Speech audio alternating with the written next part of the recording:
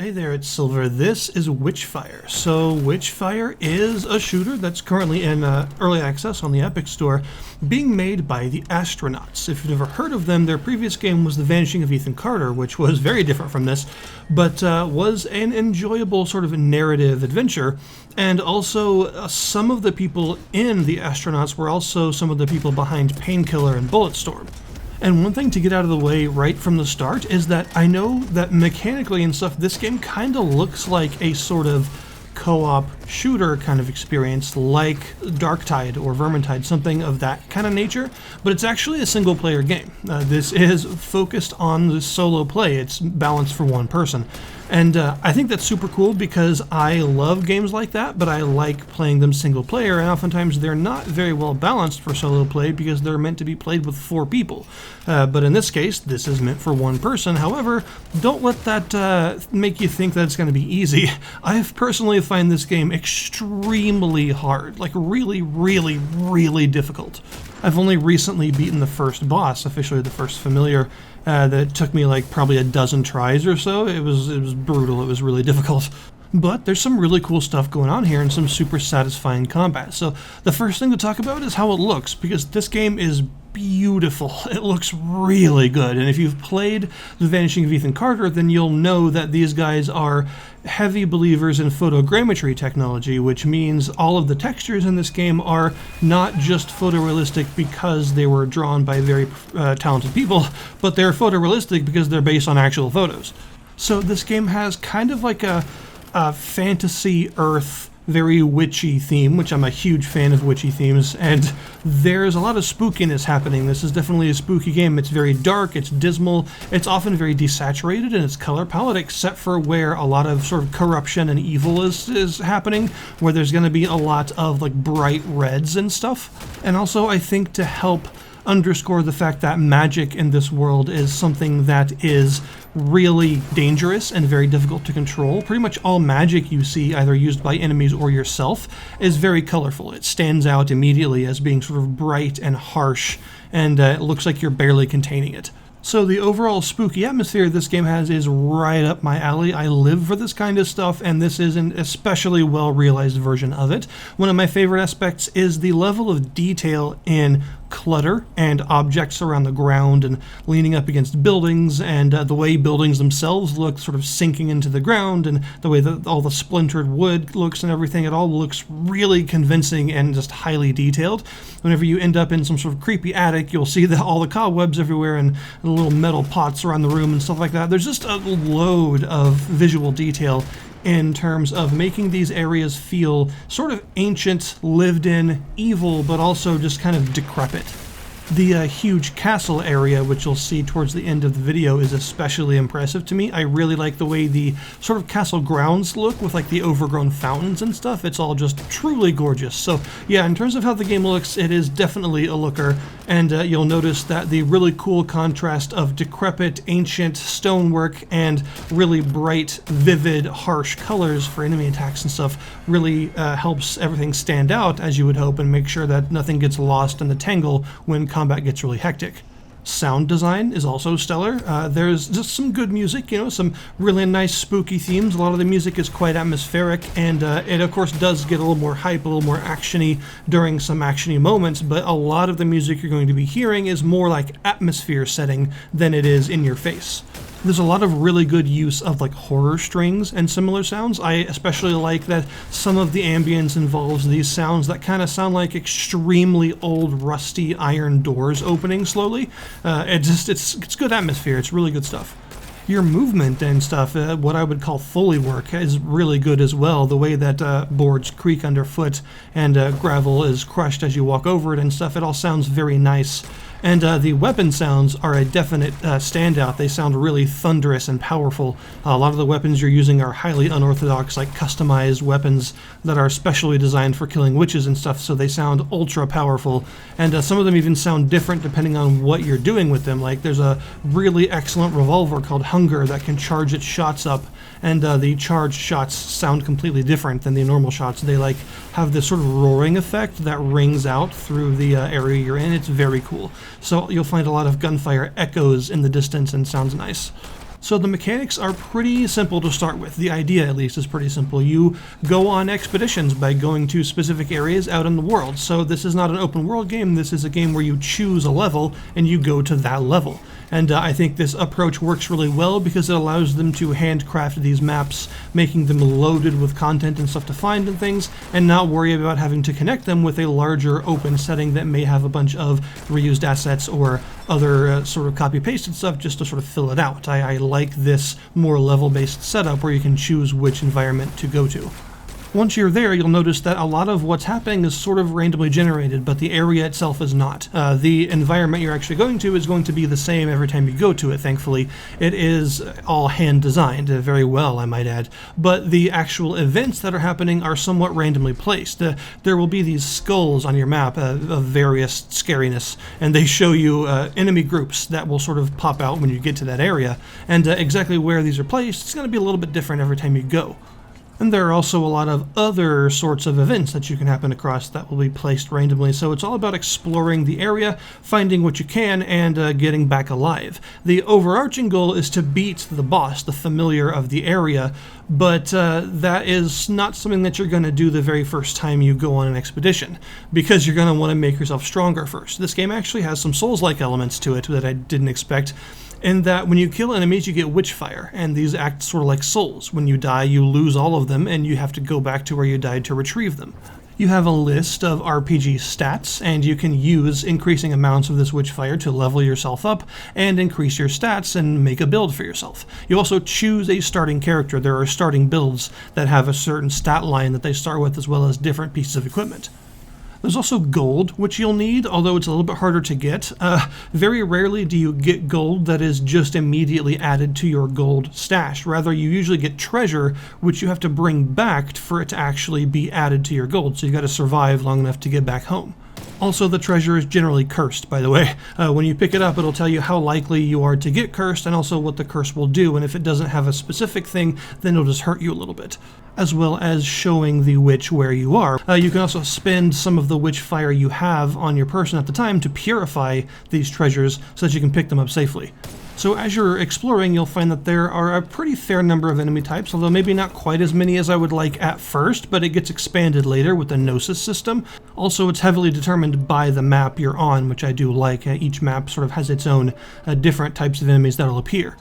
Whenever you kill all of the enemies, well, I guess I should start by saying whenever you go to one of these places that has a skull on the map, enemies will show up. If it's just a skull, then it'll just be the enemies that are kind of walking around. But if it's a more horny skull, then some extra enemies will spawn in, sometimes a lot of them, and you have to actually defeat them all. Once you defeat all of the enemies in one of these locations, all the Witchfire will coalesce into a big crystal in the middle of wherever the last enemy you killed was, and you can poke this crystal to get an arcana, which is a passive effect that lasts for as long as you're on that expedition. These are sort of random different proc effects you can find. Basically, there are 3 different types of them. One's affecting your weapon, one's affecting your spells, and ones that are just sort of passive effects on you. And 2 out of the 3 will be revealed whenever you find one of these crystals. So each time you find one, you'll get a choice between 2 out of these 3 possibilities. There are loads of these you can find, and you can stack a whole bunch of them up together at once, so as you clear out the map, you'll get more and more of these passive powers. Some of them can even have extremely potent effects, like making sure you don't drop any of your Witchfire on death, for instance. That one's called Safe Deposit. And there are also some say every time you reload your gun, there's a chance that you'll reload an elemental magazine of a random element. So there are loads of these, and there will only be more as you go through the game with the research system, and these will allow you to get stronger and hopefully do the harder content on the map during that expedition a little bit easier, because you'll be more powerful by the time you get there if you plan your trip around the map carefully by making sure you sort of go from easiest to hardest content if you can, although there may be some things that throw a wrench in that depending on what you find. Weapons-wise, the shooting in this game is highly satisfying, probably partially because of the really good sound and visual design of the weapons. They just look and sound super cool, but also it's just really chunky and really good feeling, which you would kind of expect from people that made Painkiller. But you have 3 different weapon slots in this game. Your first 2 weapon slots can equip just about any weapon in the game, almost. They're not limited. You don't have like a primary and a pistol or anything like that. You can do whatever you want with these 2 slots. Weapons are divided into short range, medium range, and long range. That's the sort of way that it divides them up. And you can equip whatever you want in those 2 slots and just take a build that you think will be effective. Your 3rd weapon slot is specifically for demonic weapons, which are gained differently, and you can only put them in this 1 slot. Demonic weapons are like your big heavy weapons. They're super powerful, very effective, but their ammo is extremely limited. When you go on an expedition, you'll start with full ammo for all of your other weapons, but you'll only start with like 1 use of your demonic weapon, basically 1 shot or 1 magazine. You also have 2 spell slots because you do use magic to hunt the witches, and you have a light spell which has a much shorter cooldown, and a heavy spell which is very powerful but of course takes a lot longer to use again. I should mention, by the way, when I say short, I don't mean time. The cooldowns for your spells are not time-based. Rather, when you absorb Witchfire from killing enemies, it refills the gauge. So basically the cooldowns for your spells are based on killing enemies. Once you hit level 20, you'll also be able to get some trinkets. There's like a ring and an amulet and stuff, and these have all sorts of different effects. The ring that I got first was one that drops a bomb whenever you dash. You do have a dash in this game, and stamina management is extremely important. Doing just about anything takes stamina, and once you run out, then you won't be able to do much at all. And this is pretty much the only thing that's keeping you alive, because you don't have like armor or anything like that. You die very easily in this game. Things do a lot of damage to you, so needing to stay mobile is extremely important. To drive this home, the stamina idea in this game, the mechanics surrounding, is a little bit different. You have your basic stamina gauge. You can also level it up to have a larger gauge, but as you kill enemies, you'll get a second stamina gauge. You'll actually double the amount of stamina you have if you keep killing enemies. So if you stay mobile and you keep killing enemies, then you will get a lot more stamina to stay even more mobile. And also, once your stamina gauges max out, they'll turn gold. And during this, you have the special effect of whenever you dash near an enemy, you'll see this sort of red orb appear somewhere near their body, usually kind of floating around their head somewhere. And if you shoot this, it stuns them immediately. These are extremely powerful, and you want to be using this as much as possible. This can even stun big heavy enemies out of their big attacks that you don't want them to do and stuff. So it's very important, but you only have just a second to shoot this orb because it only flashes up when you dash. Heavier enemies, as well as bosses, often have multiple of these orbs you have to shoot before the full effect goes off. But yeah, it's a pretty cool mechanic, and it really underlines how important it is for you to stay mobile. And also, if you take any damage at all, you lose this entire extra stamina gauge all at once. Because the whole thing is it's flavored as like a battle trance that you're going into as a professional hunter. So as you kill enemies, you just get more and more in the zone, but if you take damage, it snaps you out of it. So you really don't want to get hit even by a small attack. The coolest part about the game, in my opinion, are the weapons, because they're all sort of unorthodox. Even weapons that look relatively normal, they all have some sort of special thing about them. From a shotgun that fires exploding incendiary pellets, to a revolver that gets more powerful the more headshots you do, to an SMG that ricochets bullets between different enemies you mark with the aiming reticle. All weapons have something specific about them, something very powerful that makes them unique. You won't find just a basic SMG or a basic assault rifle or anything like that in this game. They all have some sort of odd mechanic about them, and the more you use them, the more you can upgrade them. Usually a weapon will start out fairly basic, but after you get a certain number of kills with it, you will unlock the ability to use its unique mechanic, and then after that, the more you use it, you'll unlock the ability to improve it in different ways. The same thing happens with your spells. As you use them, you'll eventually unlock the ability to improve them. These are called mysteria, and a mysterium is sort of like a level of that weapon or spell. And you can go all the way up to 3rd mysterium, which is the thing that makes it the most powerful, but you need these incantations to do so. Sometimes bosses, like world bosses or the final bosses of an area like the familiars that you're there to fight, they'll drop like 2nd mysterium incantations that'll upgrade them to the 2nd tier, but the 3rd ones you usually have to research. So the research system is you can go up and poke this mirror in the hub area between missions, and you can choose up to 2 different research projects to start. They usually cost some of this gold that you're getting from all of your cursed artifacts. And you can research new weapons, new spells, incantations, and some other things like that, even trinkets and stuff, and also some stuff that's not currently unlocked yet because it's not in the game. And each research project has a different sort of amount of time that it takes to complete, and time goes as you're completing objectives in an expedition. So the more you explore and the more enemies you kill and stuff in an expedition, the more time your active research projects will advance. And eventually when they're done, you can go back home, poke the mirror again, and reveal whatever it is you researched, and you'll automatically get it added to your inventory as soon as you research it. So that's how you actually get new weapons and new spells and stuff, is through this research system. But there's also another method of progression. So in addition to the levels that you'll gain from spending Witchfire and the new weapons and spells and leveling up the weapons and spells through Mysteria and all that stuff, you also have the Gnosis system. This was recently added in the big Ghost Galleon update, I believe. And Gnosis is kind of like a sort of world tier-like system, where basically you can find this fancy book. And this fancy book will tell you to do a certain number of things, like you must see this particular landmark, and you must have at least 12,000 Witchfire in your inventory at once, or something like that. And then when you go there, you can read from the book and advance your Gnosis rank. It starts at 0 and it goes up to 1, and then to like 2 and 3 that are currently in the game. I'm not sure if it goes higher than that yet. But as your Gnosis rank goes up, more powerful pieces of equipment become available to you. You unlock more stuff to research and things, and also you get more bonus Witchfire. You have a sort of bonus multiplier to the Witchfire you earn, and the higher your Gnosis rank is, the more that goes up.